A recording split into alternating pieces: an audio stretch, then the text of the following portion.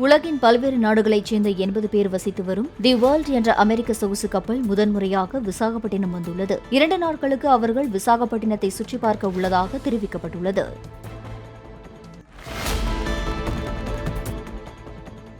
கொடைக்கானலில் இ-பாஸ் முறையை நடைமுறைப்படுத்தும் முன் சுற்றுலா பயணிகளின் வாகனங்களை நிறுத்த இடம், சாலையை அகலப்படுத்துதல், போக்குவரத்து காவலர்களை பணியமர்த்துதல் போன்றவற்றை நடைமுறைப்படுத்த வேண்டும் என்று சுற்றுலா பயணிகள் கோரிக்கை விடுத்தனர். இப்போ நடைமுறைக்கு இ-பாஸ் வர்றதா சொல்லியிருக்கிறாங்க. பட் இங்கே 4 பேர் ஃபேமிலி சேர்ந்து வர்றப்போ அந்த இ-பாஸ் எல்லாருக்கும் ஒரே டைமில் கிடைக்குமான்னு சொல்ல முடியாது. அந்த ஒரு சிரமம் ஏற்படும். அதே மாதிரி இங்கே வந்தால் அதிகமாக டிராஃபிக்கும் ஜனத்தொகை அதிகமாக இருக்கிறதுனால சுற்றுலாவுக்கு வர்றப்போ சீசன் டைமில் ரொம்ப சிரமமாக இருக்குது. அதுக்கு எக்ஸ்ட்ரா ஃபோர்ஸ் கொடுத்து போலீஸை கொஞ்சம் பார்க்கிங் ஃபெசிலிட்டிஸ் பண்ணி கொடுத்து அதுக்கான எக்ஸ்ட்ரா போலீஸ் ஃபோர்ஸை கொடுத்து இன்னும் கொஞ்சம் டிராஃபிக்கை கிளியர் பண்ணால் நல்லாயிருக்கும். கன்னியாகுமரி மாவட்டம் குலசேகரன் முத்தாரம்மன் கோவிலில் பூநீர் எடுத்து செல்லும் நிகழ்வு நடைபெற்றது. தாமிரபரணி, பரளியாறு, கோதையாறு ஆகிய 3 ஆறுகள் இணையும் மூவாற்று முகத்திலிருந்து பக்தர்கள் பூநீர் எடுத்து வந்தனர். அம்மனுக்கு விரதமிருந்த பக்தர்கள் சட்டியில் கொதிக்கும் மஞ்சள் நீரை தலையிலும் உடலிலும் தெளித்துக் கொண்டு நேர்த்திக்கடன் செலுத்தினர்.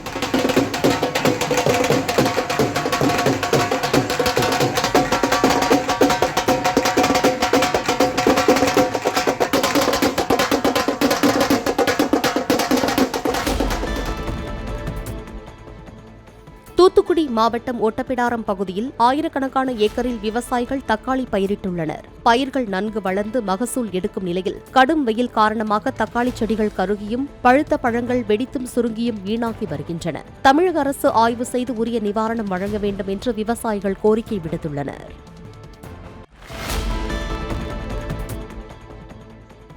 நெல்லை மாவட்டம் அம்பாசமுத்திரத்தை அடுத்த ஜமீன் சிங்கம்பட்டி முப்புடாதி அம்மன் மற்றும் முத்தாரம்மன் கோவில் கோடை விழாவை முன்னிட்டு மணிமுத்தாறு அருவி அருகில் உள்ள வனப்பேச்சியம்மன் கோவிலில் இருந்து சங்கிலி எடுத்து வரும் நிகழ்வு நடைபெற்றது.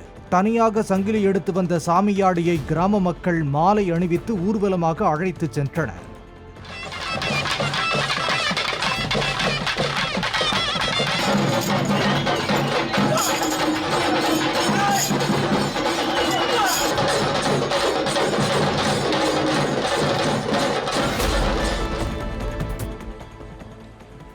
முதுகலை படிப்பில் சேர ஏப்ரல் 30 கடைசி தேதி என்ற தகவல் தவறு என்றும் கடைசி தேதி என்று எதுவும் நிர்ணயிக்கப்படவில்லை என்றும் புதுச்சேரி மத்திய பல்கலைக்கழகம் தெரிவித்துள்ளது. இந்த வதந்தியை மாணவர்களும் பெற்றோர்களும் நம்ப வேண்டாம் என்றும் பல்கலைக்கழகம் கேட்டுக்கொண்டுள்ளது. திருப்பூர் மாவட்டம் பல்லடம் அருகே காரணம்பேட்டையில் அன்சர் பாஷா என்பவரின் இறைச்சி கடையில் 400 கிராம் கஞ்சா, 5 கிலோ குட்கா பொருட்களை பறிமுதல் செய்த போலீசார் அவரையும் கைது செய்து சிறையில் அடைத்தனர். அவினாசிபாளையம் அருகே நாச்சிபாளையம் பகுதியில் போலீசார் நடத்திய சோதனையில் ஒடிஷா மற்றும் பீகாரைச் சேர்ந்த 2 பேரை கைது செய்து அவர்களிடம் இருந்து 5 கிலோ கஞ்சாவை பறிமுதல் செய்தனர். இலங்கையில் புத்தளம், மயிலாங்குளம், மாங்காடு பகுதிகளில் காட்டு யானைகள் கூட்டம் கூட்டமாக மேயும் காட்சியை அப்பகுதி மக்கள் கண்டு ரசித்து வருகின்றனர்.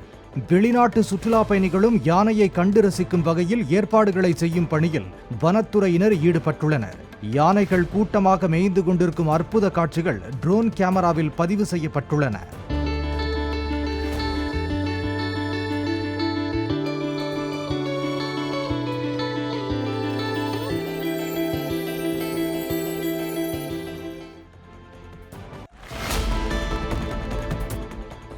குளித்தலை அருகே செம்மண் கடத்திய லாரிகளை பிடித்து ஒப்படைத்தும் போலீசார் விடுவித்ததாக கூறி பாலவிடுதி காவல் நிலையம் முன்பு பொதுமக்கள் முற்றுகை போராட்டம் நடத்தினர். மாவத்தூர் ஊராட்சியில் உள்ள குளத்தில் இருந்து சட்டவிரோதமாக வண்டல் மண் மற்றும் செம்மண் ஏற்றிச் செல்லப்பட்டதாக அவர்கள் தெரிவித்தனர்.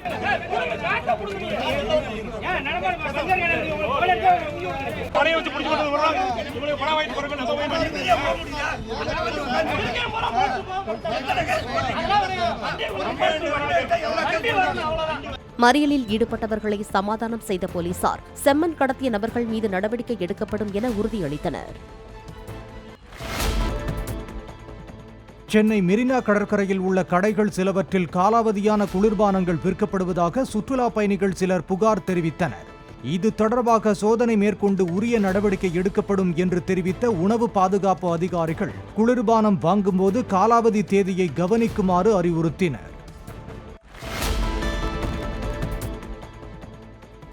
கடும் வயிற்று வலிக்காக சிகிச்சை பெறச் சென்ற கூலி தொழிலாளியான தமது கணவருக்கு திருவள்ளூர் அரசு மருத்துவக் கல்லூரி மருத்துவமனையில் வழங்கப்பட்ட சிகிச்சைக்கு பின் இடுப்புக்கு கீழே உள்ள உடல் உறுப்புகள் செயலிழந்து விட்டதாக ஈக்காடு கிராமத்தைச் சேர்ந்த சாவித்ரி என்ற பெண் கூறியுள்ளார். மனநலம் குன்றிய 14 வயது மகன் மற்றும் 9 வயது மகனுடன் பரிதவித்து வருவதாகவும் அவர் தெரிவித்துள்ளார். வயிற்று வலி, வயிற்றுல அடைப்பு இருக்கு, நாங்கள் ஆப்ரேஷன் பண்ணுறோம் கூட்டின்னு போனோம் சார். முதுகு தண்டில் ஊசி போகிறப்ப அந்த ஊசி உடஞ்சிச்சு. இந்த மாதிரி ஊசி உடஞ்சிச்சு. இந்த மாதிரி எம்ஆர்ஐ ஸ்கேன் எடுத்தால் தான் ரிசல்ட் என்ன தெரியும். அது வரையும் எதுவுமே தெரியாதுமா. நாங்கள் இந்த மாதிரி பிளட்டு கசஞ்சிச்சு, இங்கே முடியாது, உங்கள் வீட்டுக்காரருக்கு ஊசி காப்பாற்றணும்னா நீங்கள் அங்கே எடுத்துன்னு போங்க. அந்த ஊசி உள்ளே போன ஊசி எடுக்க முடியலன்னா கூட ஒன்றும் ஆகாது, நீங்கள் பயப்படாதீங்கன்னு சொல்லி அனுப்பிச்சாங்க சார் எங்களை. இந்த மாதிரி என்ன நடந்ததுன்னு சொல்லி எழுதி கொடுத்துட்டு நீங்கள் போங்கன்னு வீட்டுக்கு அனுப்பிச்சிட்டாங்க சார். அங்கே நடந்ததை மட்டும் ஏன் சார் அவங்களுக்கு தெரியாதா? என்ன பண்ண அவங்களுக்கு யாருக்கும் தெரியாதா? அந்த மேடம் என்கிட்ட எப்படி தெரியுமா பேசினாங்க, உங்க வீட்டுக்காரர் எப்படி வந்தாரு நான் அப்படி அனுப்புறேன் ரெடி பண்ணி சொல்லிட்டு லாஸ்ட்ல எங்க வீட்டுக்காரர் ஒன்றும் இல்லாம போயிட்டாரு சார். எங்க வீட்டுக்காரர் இப்ப 3 நாளா ஒரே அழகா சார், நான் செத்துருவேன், வீட்டுக்கு கிட்டுன்னு போன்னு சொல்றாரு சார். எனக்கு 2 குழந்தைங்க சார். ஒரு குழந்தை வளர்ச்சி இல்ல, மூளை வளர்ச்சியில 14 வயசு, ஒரு குழந்தை 8 வயசு பையன். கலெக்டர் கிட்ட எனக்கு தீர்வு கிடைக்கல சார். நான் இங்கே உட்காந்துருவேன் சார், இல்லைன்னா நாங்க எங்க பசங்க செத்துருவேன் சார், இங்கே செத்துருவேன் சார். தருமபுரி மாவட்டம் பெண்ணாகரம் அருகே செயல்பட்டு வரும் தனியார் பிளாஸ்டிக் தொழிற்சாலையில் இருந்து வெளியேற்றப்படும் புகை மற்றும் கழிவு நீரால் மூச்சு திணறல், கண் எரிச்சல், தண்ணீர் மாசு ஏற்படுவதாக கூறி அப்பகுதி மக்கள் வட்டாட்சியரிடம் மனு அளித்தனர். திருவள்ளூரில் கடை ஒன்றில் வாங்கிய ஜூஸ் பார்சலுடன் 2 கப்புகளை கொடுக்குமாறு நீதிமன்ற உதவியாளர் இளையா என்பவர் கேட்டதால் ஏற்பட்ட தகராறு தொடர்பாக 4 பேரை தேடி வருவதாக போலீசார் தெரிவித்தனர். 2 பேப்பர் கப்புகளை வழங்க 5 ரூபாய் கூடுதலாக தர வேண்டும் என கடை உரிமையாளர் கேட்டதால் ஏற்பட்ட வாக்குவாதம் முற்றி இளையாவும் கடைக்காரர்களும் கைகலப்பில் ஈடுபட்டதாக கூறப்படுகிறது.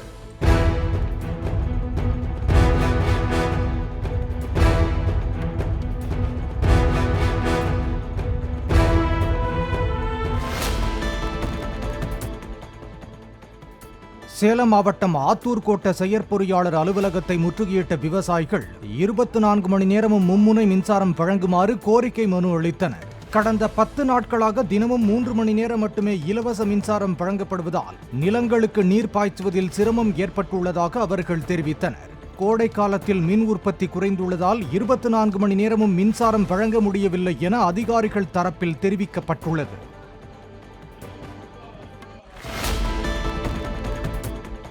வாடிக்கையாளர்கள் தவறவிட்ட ஏடிஎம் கார்டுகளை பயன்படுத்தி பல லட்சம் ரூபாய் கொள்ளையடித்ததாக ஆந்திர மாநிலத்தைச் சேர்ந்த முன்னாள் வங்கி பணியாளரான தல்லா சீனிவாசுலு என்பவரை அரும்பாக்கத்தில் உள்ள ஏடிஎம் அருகே போலீசார் மடக்கி பிடித்தனர். அவரிடமிருந்து 63 ஏடிஎம் கார்டுகள், ஸ்வைப் மெஷின், செல்போன்கள் உள்ளிட்டவற்றை போலீசார் பறிமுதல் செய்தனர்.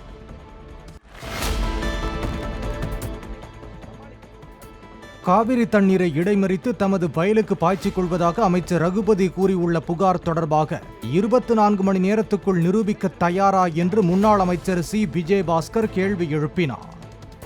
தண்ணீர் பிரச்சனை கடுமையாக இருக்கிறது.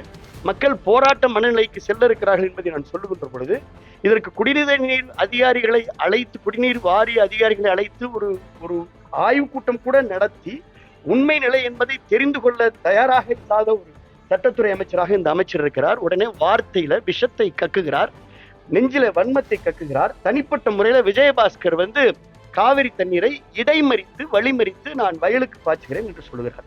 24 மணி நேரம் டைம் கொடுக்குறேன், 24 hours டைம். அவர் 1 மணி நேரம் சொன்னார்ல, 24 மணி நேரத்துல பத்திரிகையாளர்கள்லாம் அவர் அழைத்து கொண்டு போய் அவர் அங்க போய் எங்கே நான் எந்த இடத்துல இடைமறித்திருக்கிறேன், எத்தனை வயலுக்கு நான் தண்ணீர் பாய்ச்சிருக்கிறேன் என்பதை ரகுபதி அவர்கள் நிரூபிக்க தயாரா. அவர் நிரூபிக்கல அப்படின்னா அவர் சட்டத்துறை அமைச்சர் பதவியை ராஜினாமா செய்வதற்கு தயாரா என்ற கேள்வியை நான் பகிரங்கமாக கேட்க விரும்புகிறேன்.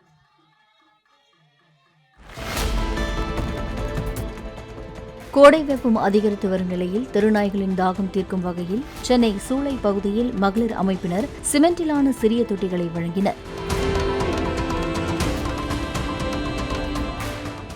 இதனிடையே நாய்களுக்கு மூக்கு, கண், பாதம் வழியாக மட்டுமே வெப்பம் வெளியேறும் என்று கூறியுள்ள கால்நடை மருத்துவர்கள் வளர்ப்பு நாய்களுக்கு ஹீட் ஸ்ட்ரோக் ஏற்படாமல் கவனத்துடன் இருக்க வேண்டும் என்று கூறினார்.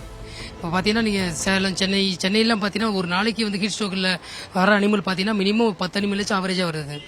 ஸோ அது ஏன்னா நம்ம வீட்டில் வளர்க்குற நாய்க்கே இது மாதிரி நிலைமைனா நம்ம தெருவில் இருக்கிற நினைச்சாலே ரொம்ப கஷ்டமாக இருக்கு. வந்து நிறைய பேர் என்ன பண்ணுறாங்க, சாப்பாடு போடுறாங்க, பிஸ்கெட் வாங்கி போடுறாங்க, ஸோ ஈஸியாக போட்டுட்டு போயிடுறாங்க. ஆனால் தண்ணி குடிக்கலன்றது யாரும் பார்க்கறதே கிடையாது. ஸோ அந்த வெயில் என்ன பண்ணுது, அது தண்ணியை குடிக்காம வித்தின் அப்படியே மயக்க முடிக்கல இருந்தாலும் அது தெரியாமல் இறந்தே போயிடுது. அது எதனால் இறந்துச்சுன்னே தெரியாமல் போயிடுது. அதுக்கோசரம் நம்ம ஒவ்வொருத்தவங்களும் நம்ம கொடுக்குறது 100 தொட்டி மட்டும் ஒரு நோக்கம் கிடையாது, அது ஒரு அவேர்னஸாக கிரியேட் பண்ணணுன்னு தான் என்னோட நோக்கம். ஒவ்வொருத்தவங்களும் எவ்வளோ முடியுமோ அவங்க வீட்டு பக்கத்தில் இருக்கிற தெருநாய்களுக்கு தண்ணி தொட்டி வச்சு தண்ணி கொடுத்தீங்கன்னா அது ரொம்ப யூஸ்ஃபுல்லாக இருக்கும். திருவள்ளூர் மாவட்டம் பொன்னேரியில் உள்ள ஸ்ரீ கரிகிருஷ்ண பெருமாள் கோயிலில் சித்திரை பிரம்மோற்சவத்தை ஒட்டி நடைபெற்ற தேரோட்டத்தில் ஸ்ரீதேவி பூதேவி சமேதராய் உற்சவ பெருமாள் எழுந்தருளி பக்தர்களுக்கு அருள் பாலித்தார். திரளான பக்தர்கள் பங்கேற்று பக்தி கோஷங்கள் முழங்க 36 அடி உயரமுள்ள மரத்தேரை வடம் பிடித்து இழுத்தனர்.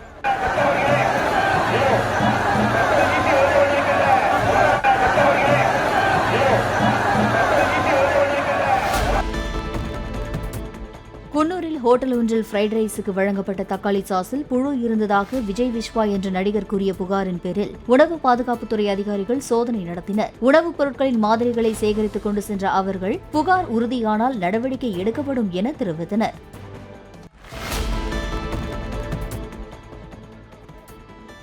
கோடைக்காலம் தொடங்கியுள்ள நிலையில் தமிழகத்திற்கு ஒரு சொட்டு தண்ணீர் கூட தரமாட்டோம் என கூறி வரும் கர்நாடக அரசிடம் தேர்தல் கூட்டணிக்காக திமுக அரசு தண்ணீர் கேட்காமல் உள்ளதாக தமிழ் மாநில காங்கிரஸ் கட்சி தலைவர் ஜி.கே. வாசன் தெரிவித்துள்ளார்.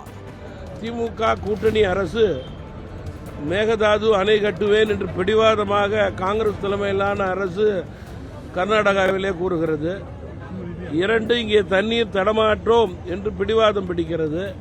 இவைகளெல்லாம் கூட்டணிக்காக, வாக்கு வங்கிக்காக திமுக அரசு கேட்பதில்லை என்பது அரசியல் உள்நோக்கம் என்பதிலே மாற்று கருத்து கிடையாது.